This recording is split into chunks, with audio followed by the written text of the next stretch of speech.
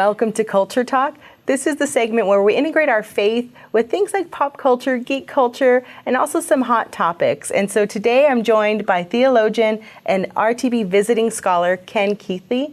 We're going to be talking about how we can step into a conversation with Christians who maybe don't want to talk to us based on our beliefs. So thank you so much, Ken, for joining us. And Sandy, glad to be here. Yeah, well, I recently had an encounter where I was attempting to talk with a young earther.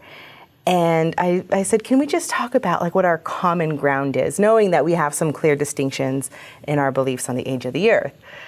So the common ground request was unfortunately shut down because there was enough of a difference he felt that he didn't want to have that conversation. So I'm guessing as a theologian, you've had some interactions like that. So how do you deal with situations where a Christian doesn't want to talk with you based on your beliefs?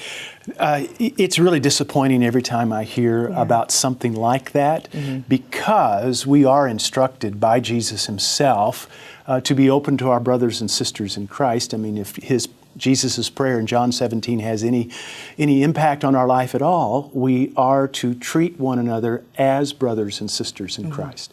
Now, there are times when we have serious disagreements. But the one thing we're not supposed to do about our disagreements is shut down. Right. There is supposed to be a conversation. And in the midst of that conversation, we're supposed to do something that often is called theological triage. Okay, so what is theological triage? Sounds really interesting. Yes. Triage is something that emergency room doctors and nurses do whenever patients are brought in. There are some patients that are very serious, some that are more moderate, and then some that have modest injuries. And so whenever they're looking at the different ones, they're picking which ones do we have to deal with the most immediately, others not so much. Same thing on theological issues. Right. Typically we see that there are three levels. There's a first order issue. These are the orders and these are the issues about salvation itself. You know, who Jesus Christ is, what He did, what He accomplished for our salvation by the death, burial, and resurrection that He accomplished for us. If someone denies the deity of Christ, His sinless life, His bodily resurrection, okay, now I'm dealing with somebody who, quite honestly, are they brothers and sisters in Christ? No, I can't have that kind of relationship and that kind of fellowship with them. So there are those first order items.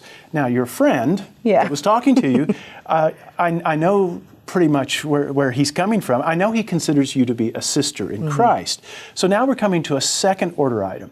There are those items that are important.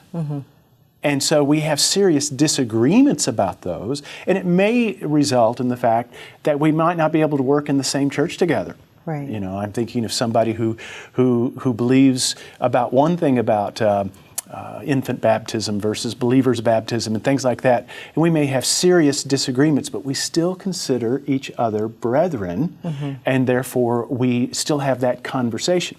Then there are those items that are pretty modest. I don't think we ought to start a new denomination trying to figure out the timing of the rapture. Those kinds of things, there is no insignificant doctrines in the Bible. They all matter, but they have a hierarchy of importance. And so that's what theological triage is about. And I think that when we talk about the issues of the age of the earth, there are some theological consequences to them. These issues matter, but it is not something that I think that we should look upon a brother or sister as somebody that ought to be disciplined. You know, you do have in the New Testament where if someone is in a position where they should be under church censure or discipline, okay, you can say, okay, we're going to have to deal with that. We're not talking about that in this instance here. So, number one is to gently remind that dear brother that you are his sister in the Lord, and therefore he has a responsibility to engage with you in a respectful way. Yeah, well, thank you so much for that. Now, I know you've actually had some efforts in this arena, so can you just share with us quickly, 10 seconds or less, some of the things that you've done? The Bush Center for Faith and Culture, it is a place that I often call theological Switzerland, because we do bring in those of differing viewpoints on a variety of issues.